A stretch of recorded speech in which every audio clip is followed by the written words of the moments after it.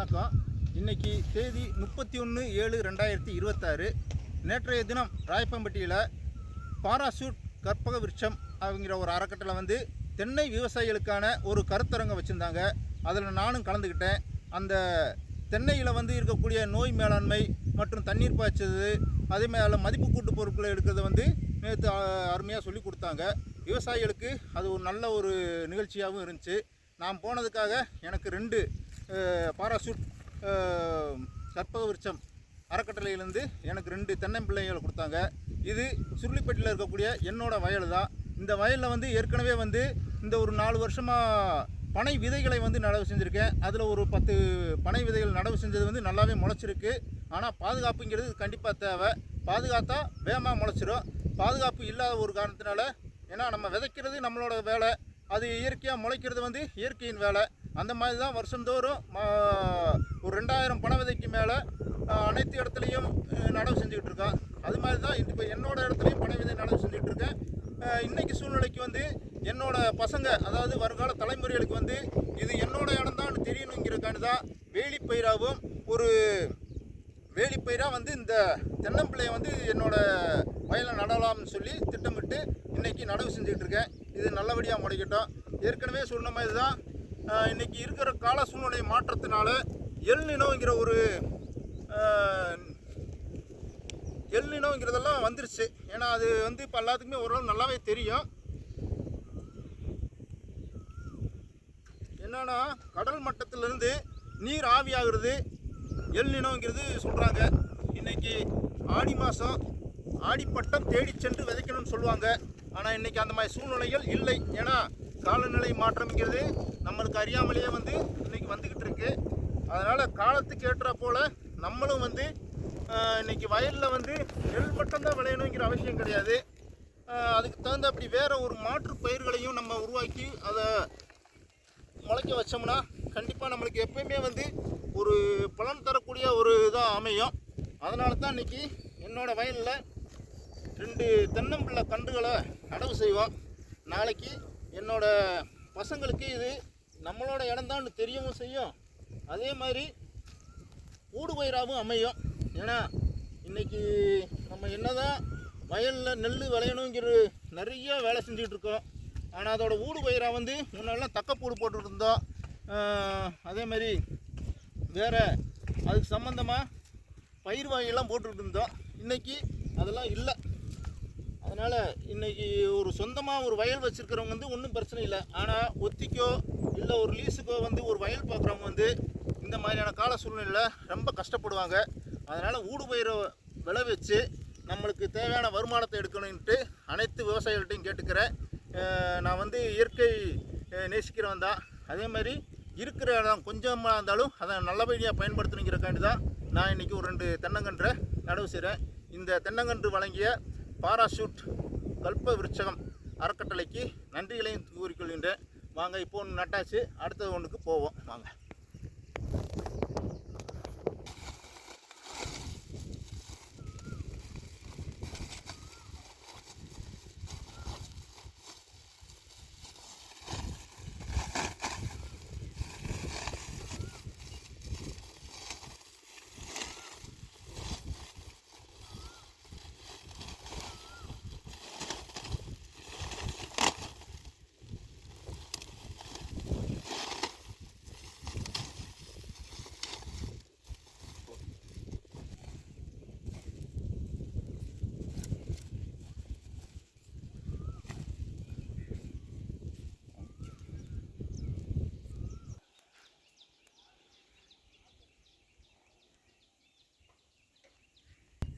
முதல் ஒரு தென்னம்பிள்ளையை நடவு செஞ்சாச்சு.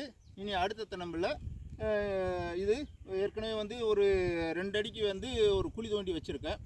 இப்போது நான் ஏற்கனவே சொன்ன மாதிரி தான் இன்றைக்கி இருக்கிற காலநிலை மாற்றத்தாலும் பருவநிலை மாற்றத்தாலும் வந்து எல்நினோங்கிற ஒன்று கடல் மட்டத்தில் நீர் வந்து ரொம்ப ஆவியாக போய்கிட்டு இருக்கு. அந்த ஆவி போகிறதுனால என்ன ஆகுதுன்னா, இன்றைக்கி நினச்ச இடத்துல வந்து மழையை வந்து நிறையா கொட்டிக்கிட்டு போயிடுது. ஏன்னா இன்றைக்கி பருவமழை இந்த மாதத்தில் தான் கிடைக்குங்கிறது வந்து நம்மளுக்கு கிடைக்காம போயிடுது. ஏன்னா இன்றைக்கி காலநிலை மாற்றத்தை உண்டாக்கிருச்சு. அதனால் அந்த கடல் மட்டத்தில் இருக்கக்கூடிய தண்ணி சூடாகுது. சூடாகும் போது அது வெப்பமயமாகி வேறு இடத்துல போய் நிறையா அப்படியே கொட்டி விட்டுருது. ஏற்கனவே பார்த்தா நிறையா மழை வெள்ளத்தால் ரொம்ப பாதிக்கப்பட்டு மற்ற மாநிலத்திலலாம் இருக்குது. இந்த மாதிரியான சூழ்நிலை இனி யாருக்கும் வரக்கூடாதுங்கிறக்காண்டி தான் பசுமையை போற்றணும். அதே மாதிரி இந்த மரக்கன்றுகளை நடவு செய்யணும். இன்றைக்கி இருக்கிற காலநிலை மாற்றத்தை ஒரு நம்ம சமநிலைப்படுத்தணும்னா கண்டிப்பாக பசுமையை எல்லாம் விரும்பணும். அந்த பசுமையை விரும்பதை காட்டிலும் ஒவ்வொருத்தரும் மரக்கன்றுகள் நடவு செய்யணும். இன்றைக்கி அந்த மரக்கன்றுகள் வாயிலாகத்தான் இன்றைக்கி அந்த பசுமையை நம்ம போற்ற முடியும், நம்ம தேவைகளையும் பூர்த்தி செய்ய முடியும். அதனால் அனைவருமே நம்ம தேவையான ஒரு பசுமையை போற்றுவோம், மரக்கன்றுகளை நடவு செய்வோம், காலநிலை மாற்றத்தை நாமளே சரி செய்வோம்ங்கிறது இந்த இதன் மூலியமாக தெரியப்படுத்திக்கிறேன். பார்த்திங்கன்னா ஏற்கனவே இது என்னோடய வயல் தான். இந்த நெட்டில் பார்த்திங்கன்னா ஒரு 8 பனை விதை விதைச்சது. மொத்தத்தில் ஒரு 200-300 பனை விதை நடவு செஞ்சுருக்கு. அதில் நல்லா முளைச்சது ஒரு 8 பனை விதை முளைச்சிருக்கு. அதையும் போய் பார்க்கலாம். இப்போதைக்கு இந்த தென்னம்பிள்ளையை நடவு செஞ்சிடலாம்.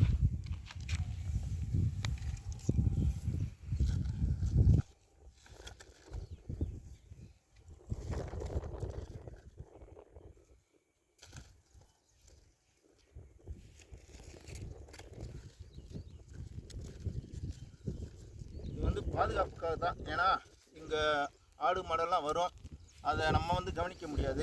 அதனால் முளைக்கிற வரைக்கும் கொஞ்சம் பாதுகாப்பாக இருந்துச்சுன்னா கண்டிப்பாக அது முளைச்சிரும். அது நம்மளுக்கு அடுத்த தலைமுறைக்கு பலன் தரும்.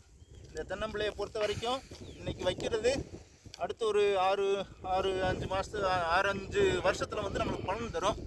அதுக்கடுத்து பலன் தர ஆரம்பிச்சுன்னு வச்சுங்க, கண்டிப்பாக ஒரு 60-90 வருஷம் வரைக்கும், ஏன் 100 வருஷம் வரைக்கும் சொல்லலாம். இதுக்கு எந்த ஒரு மரமே இருந்தாலும் சரி, 100 வருஷத்துக்கு மேலே நம்மளுக்கு பலன் தரக்கூடிய எந்த ஒரு மரமாக இருந்தாலும் நம்மளுக்கு கற்பக விருட்சம் அப்படின்ட்டு ஒரு பேருள்ள மரங்கள் தான் 100 வருஷத்துக்கு மேலே நம்மளுக்கு பலன் தரக்கூடிய ஒவ்வொரு மரத்துக்கும் பேர் கற்பக விருட்சம். அதோட நம்ம எல்லாரும் சொல்லுவோம் பனை மரத்தை தான் கற்பக தரு அப்படின்னு சொல்லுவோம். ஆனால் நம்மளுக்கு தென்னம்பிள்ளையும் 100 வருஷம் வரைக்கும் பலன் தரதுனால கற்பக விருட்சம்ன்ட்டு பெரியவங்க சொல்லியிருக்காங்க. ஏன்னா நம்மளுக்கு தெரிஞ்ச கருத்துக்களையும் நம்மளுக்கு தெரிஞ்சதை வருங்கால தலைமுறைகளுக்கு சொல்லி கொடுத்தா தான் கண்டிப்பாக அவங்க விவசாயத்தை ரொம்ப விரும்பி செய்வாங்க. ஏன்னா ஒரு விவசாயி இந்த சேத்துல கால் வைக்கலைன்னா சோறு கிடைக்காது. ஏன்னா நிறைய பேர் நினச்சிக்கிட்டு இருக்காங்க நம்மளுக்கு எப்படியோ சோறு கிடச்சிருதப்பா, நம்மளுக்கு சாப்பாடு கிடச்சிதப்பா அப்படின்ட்டு. ஆனால் ஒரு விவசாயி பாருங்கள், உடம்புல பாய் துணி தான் இருக்கும். ஆனால் அவரும் நல்லபடியாக விவசாயம் செஞ்சால் தான் ஆஃபீஸில் உட்காந்துட்டு இருக்க கோட்டு சூட்டு மாட்டிருக்கவங்களுக்கெல்லாம் கண்டிப்பாக சாப்பாடு கிடைக்கும். அதனால் எந்த ஒரு விவசாயியும் மதித்து பழகுவோம், இந்த விவசாயத்தை போற்றியும் பழகுவோம். ஏன்னா சாப்பாடுக்கு தான் இந்த மனுஷன் இவ்வளவு ஒரு வேலைகள் செஞ்சிட்ருக்கோம். அதனால் விவசாயத்தை விடாமல் செய்யுங்க. வருங்கால தலைமுறைகளுக்கு விவசாயத்தை பற்றி சொல்லிக் கொடுங்க. ஏன்னா நான் அன்பு அறம் செய் அறக்கட்டளைன்னு ஒரு ட்ரஸ்ட்டு வச்சுருக்கேன். அது மூலிமா இப்போ வரைக்கும் எனக்கு நான் ஒரு 200க்கும் மேற்பட்ட மாணவ மாணவிகளுக்கு விவசாயம், இயற்கை விவசாயம் மற்றும் நான் கற்றுக்கிட்டது, அதான் எங்கள் அப்பா விவசாயி தான், எங்கள் அப்பாக்கிட்டேருந்து கற்றுக்கிட்டதை நான் இப்போ சொல்லி கொடுத்துக்கிட்டு இருக்கேன். அவங்க ஒவ்வொரு காலேஜ்லேயும் போய் ஒரு சாதாரண ஒரு விவசாயிக்கிட்ட என்ன கற்றுக்கிட்டோங்கிறது அங்கே போய் ரெக்கார்டுகளாக கொடுக்குறாங்க. அது அவங்களுக்கு ரொம்ப பயனுள்ளதாக இருக்குது. இது ஒரு 5-6 வருஷமாக நான் இந்த ஒரு வேலையை செஞ்சுக்கிட்டு இருக்கேன். வாங்க அடுத்து அந்த முளைச்ச பனை விதைகளை பார்ப்போம்.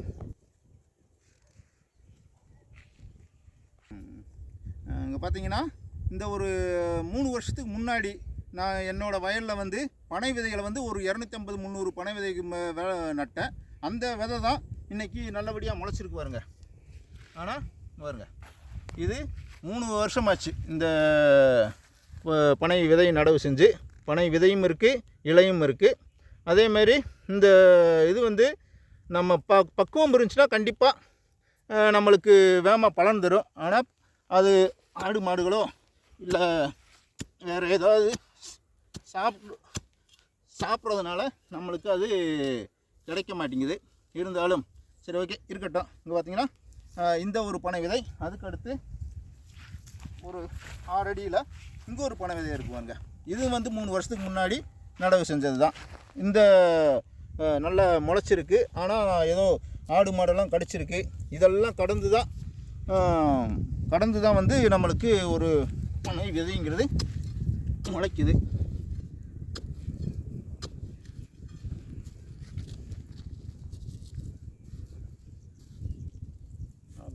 அதுக்கடுத்து இதை கடந்து இப்போ நெட்டாக வச்சுட்டு தான் இருக்கேன். ஆனால் நம்மளுக்கு பார்த்தீங்கன்னா இதெல்லாம் பனை விதை தான். ஆனால் முளைக்காமல் இருக்குது. இது பார்த்தீங்களா, இதுதான் பனை விதையோட கூடு மேலே வந்துருச்சு. ஆனால் பனையோட இலை வந்து நம்மளுக்கு மேலே தெரிஞ்சிருக்கு. எந்த ஒரு விதையுமே வந்து நம்ம விதைச்சோம்னா பூமிக்குள்ளே போயிடும். ஆனால் பனை விதை மட்டும்தான் பூமிக்கு வெளியே, அதாவது அது முளைக்க ஆரம்பிச்சுன்னா கண்டிப்பாக பூமிக்கு வெளியே வந்துடுது.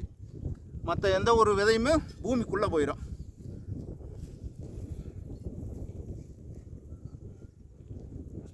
பார்த்தீங்கன்னா ஏறத்தாழ ஒரு 500 இருக்கும். 500 பனை விதைகளை வந்து இந்த ஒரு 3 வருஷத்தில் நடவு செஞ்சுருப்பேன். அதில் ஒவ்வொன்றா வந்து இப்போ தோண்டி போடுறதுனால ஒவ்வொரு விதையும் வந்து மேலே கிடக்குது. இருந்தாலும் முளைக்கிறது இயற்கைக்கு வரட்டும், வாங்க போவாங்க. பாருங்கள், ஒவ்வொரு விதையும் இருக்குது. இப்போ பார்த்தீங்கன்னா ஒரு 3 வருஷத்துக்கு முன்னாடி நடவு செஞ்சது தான் என்னோடய வயல் தான். இது எல்லாமே இந்த ஒரு வயலில் நடவு செஞ்சது தான். அப்போது இன்றைக்கி சூழ்நிலைக்கு வந்து என் கூட எந்த ஒரு சேவையாக இருந்தாலும் நவநீதி சஞ்சீவியும் வேல் சரணும் வந்துடுவாங்க, 2 பசங்களும். அதில் ஒரு இதுதான் இன்றைக்கி அந்த பனை விதை நடவு செஞ்சதை வந்து காட்டுறேன் பாருங்கள். இதுதான் பனை விதை நடவு செஞ்சது. இது முளைக்கட்டும். வணக்கம். அன்பு அறம் செய் அறக்கட்டளை நிறுவனர் சமூக ஆர்வலர் சுருளிப்பட்டி ரா அன்புராஜா. இன்று நம்ம விதைக்குது நாளைய தலைமுறைக்கு பயனுள்ளதாகட்டும். நன்றி, வணக்கம்.